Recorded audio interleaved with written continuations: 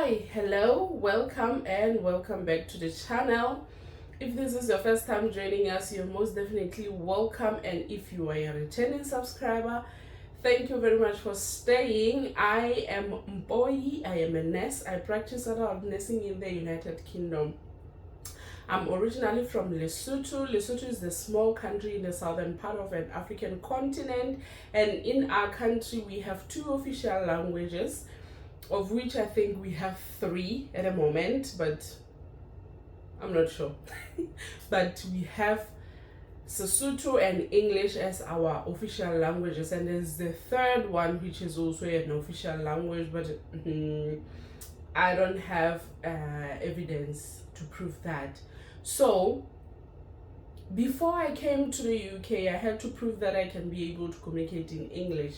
Even though English is one of our official languages, I had to prove with Britain that I can be able to communicate in English. Therefore, I went for one of the test centers where I took my test, IELTS test, and I failed the first attempt. I went the second time and I failed, and then I decided to switch.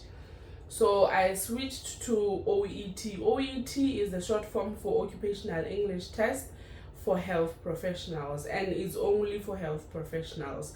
So I had to switch to OET, of which I went to Durban and I managed to pass first attempt.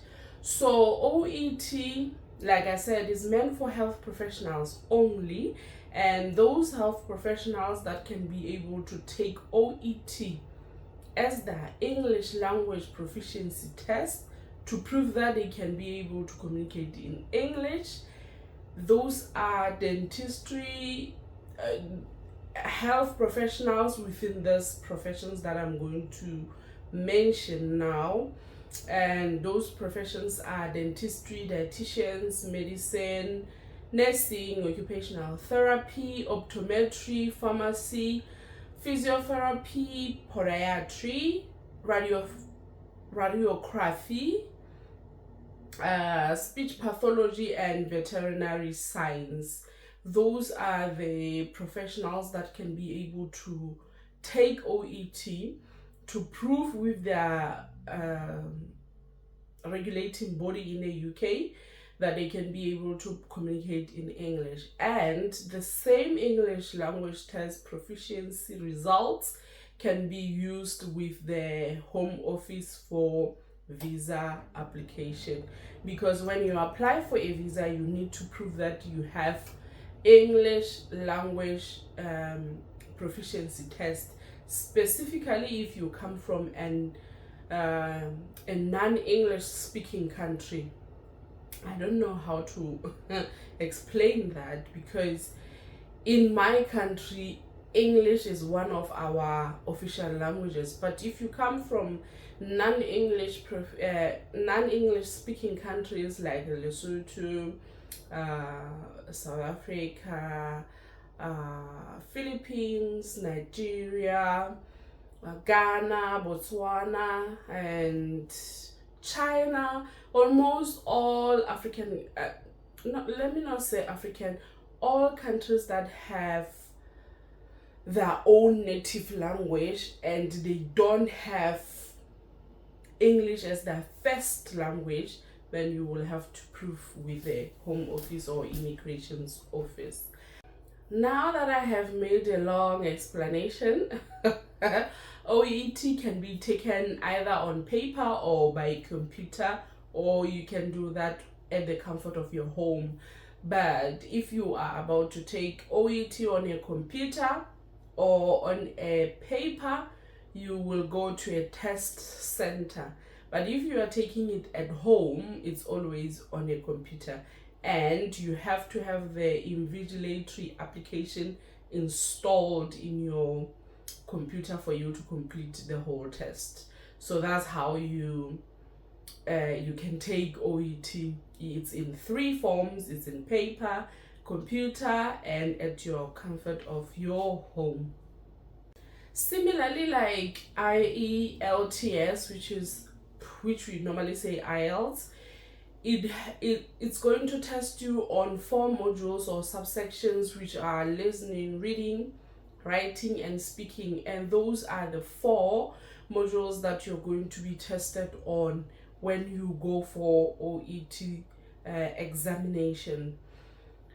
Okay, let's get into these modules individually. Listening will take you about 40 minutes to complete. It has 3 parts, and there are 4 all together, but it's separated with 3 parts, like I said. So part A has 2 clips, and in these 2 clips, it's based on consultation. It's between a health professional and a patient.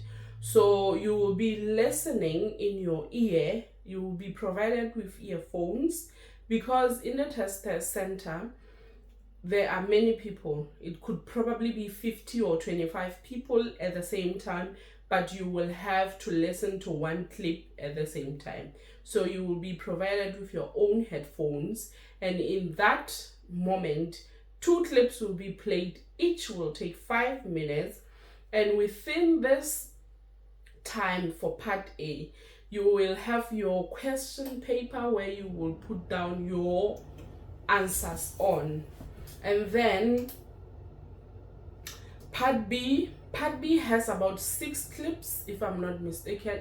6 clips of multiple choice questions, and they are only based on short workplace extracts, and it's not too complex, but we will get into that. Anyway, there are 6 clips, and each clip will last about 1 minute and could be about bringing briefing, handover, professional patient dialogue.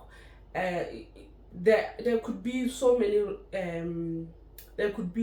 scenarios, but they are mostly about handover, briefing, professional patient dialogue. That's part B. Okay, part C is, it could be a presentation or interview, and there are 2 extracts. For each extract there are 6 questions, multiple choice questions, and it might last about 1 minute each question. That's about listening. Okay, moving on, there is another module which is reading. Reading will take you about 60 minutes to complete in 3 parts. So there are 3 parts in which the first one is light or easy, medium, part B, and part C is the complex one. Okay, part A is more also like an expeditious reading. It takes about 15 minutes and might be around 4 short texts that are related to health topics.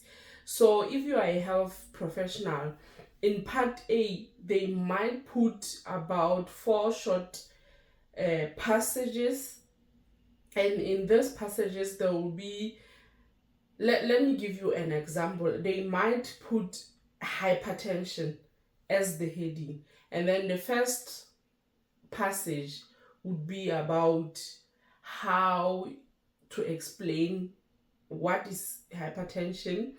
Paragraph 2 could be the signs and symptoms. Paragraph 3 could be treatment to hypertension, and the last one could be complications. So the text could be 4 passages in part A, and they are based on a single topic of a health issue.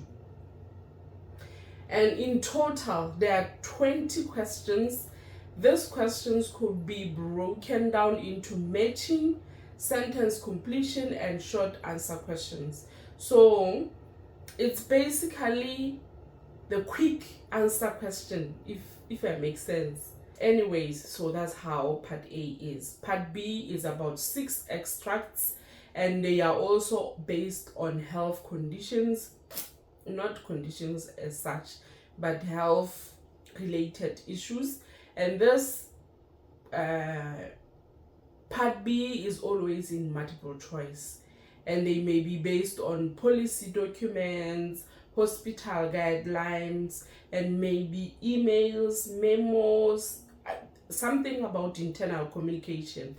So that's part B. Part C has 2 long articles and may be based on professional development or maybe a journal of some sort. It has 8 multiple choice questions for each passage.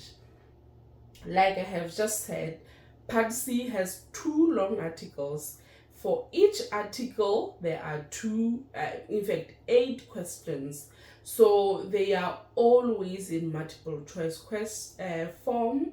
So you will go through first passage, under that passage there are questions, and then you go through the second one, under that second one there are questions, and they are always in multiple choice form. So we said all in all, reading module takes about 60 minutes to complete. So part A is 15 minutes. The left 45 minutes is for part B and part C. So take note, in this module, you will be provided with answer sheet for part A and a question paper, and they will time you for 15 minutes. After you complete your part A, they are going to come, the examiners, and collect the answer sheet and the question papers for part A, so that you don't have to go back and correct whatever you think you need to correct. This is why it's more based on expeditious reading. So for part B and part C is another question, but in one.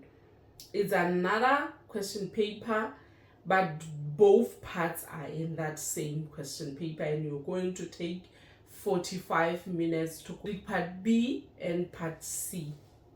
The next module, which is writing. Well, writing is the most simplest, if I may say so, but people find it difficult, but it's only one task. Like with writing for nurses, is only one task. Like, not even for nurses. All the professions under OET, they go through one task with writing. How good is this? Because I think in IELTS we have 2 to complete. So in OET we have just one task to complete, and it's going to take you about 45 minutes, and it's specific for each profession. If you are a nurse, it's going to be specific for nurses. So when you are practicing for OET, if you go online and Google anything, type in OET writing practice exams for nurses. Because if you don't do that, you're going to have a drop down of every profession, and you don't want that. You want to practice for your own profession. And it's only one task, like I said, and it's a letter. You're going to write a letter for referral, for discharge, for transfer, to advise a patient, or responding to a complaint.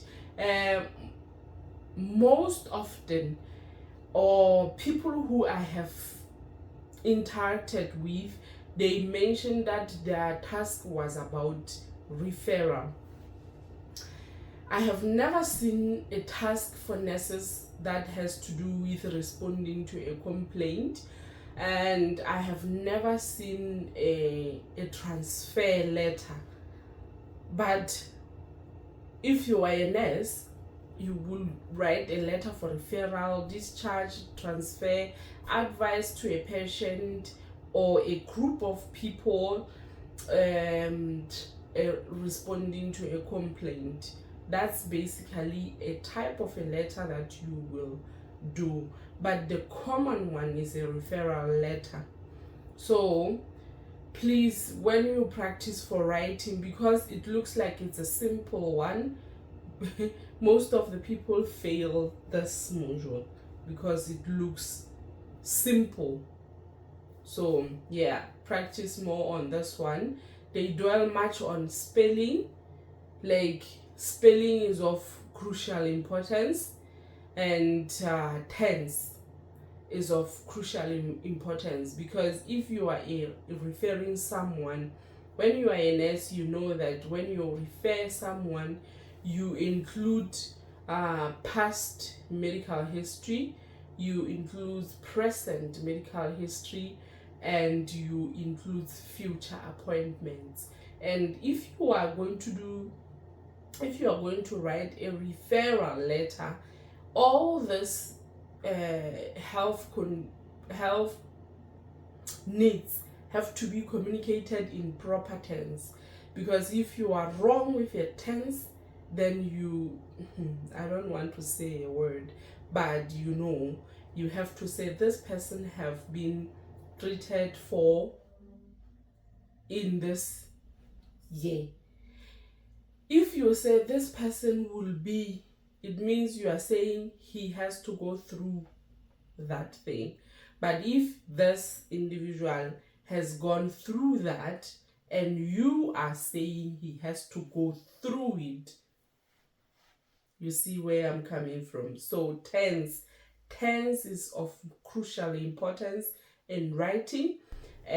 Okay, the last module is about speaking. Speaking has about 2 role plays. It's a face-to-face situationship, and the interlocutor or an examiner is going to assume a role play of a patient or a caregiver. So you are going to be a nurse, or you are going to assume a role of a nurse, because you are taking OET as a nurse. So in these 2 role plays, there are cue cards for each, and you will go through those. Those cue cards are very simple, because the first statement will guide you to the next statement, and the next one will guide you to the next one until you finish your speaking scenario.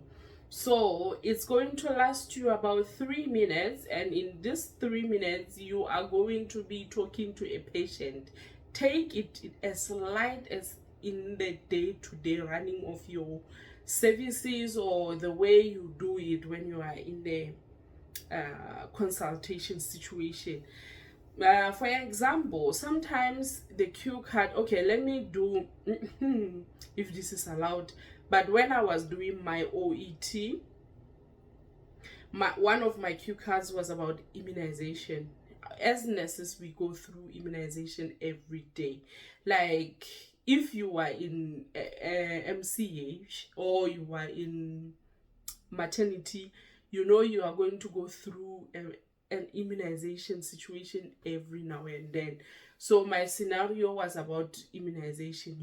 Before you can do anything about immunization, what do you have to do, what do you have to follow, and what questions are you are going to ask, and how to keep your caregiver or the patient itself calm throughout the whole situation. So behave like a nurse. Don't bring up your emotions, because they will take over and you're going to fail. So there are 2 scenarios. Like I said, you go through the cue card, you follow it's more or less like a flow chart, and it will guide you through. Once you are finished, the interlocutor would ask questions if they think there is something that you missed, and they might have leniency to hear how you will respond to that, and that would give you points if you answer correctly. And that's that about speaking. It doesn't even take long. So yeah, for people like me who are so slow in talking, like in my YouTube video, sometimes I edit my voice to be in the speed that people would accept, because I'm quite like Gelena Mahagibu. I'm very slow in speaking, so sometimes I run out of time. And for those people that are like me, you need to learn to practice speaking like chop chop. Yeah, so that's that. And I think this is all about OET. So in my next video, should I mention what I'm going to to do in the next video. But anyway, for the interest of people who are watching this video, in the next video I think I'll be talking about tips on how to tackle IELTS, and then the following one will be tips on how to tackle OET. Maybe I would go through module by module each, because if I do it in a general manner it's going to be too long. So I think I should do how to tackle listening, how to go about reading, how to go about listening, and so on and so forth. So tell me, what do you think? I think that's the best way, but what do you think? Anyways, thank you for watching this video thus far. I will see you in my next one. Bye bye.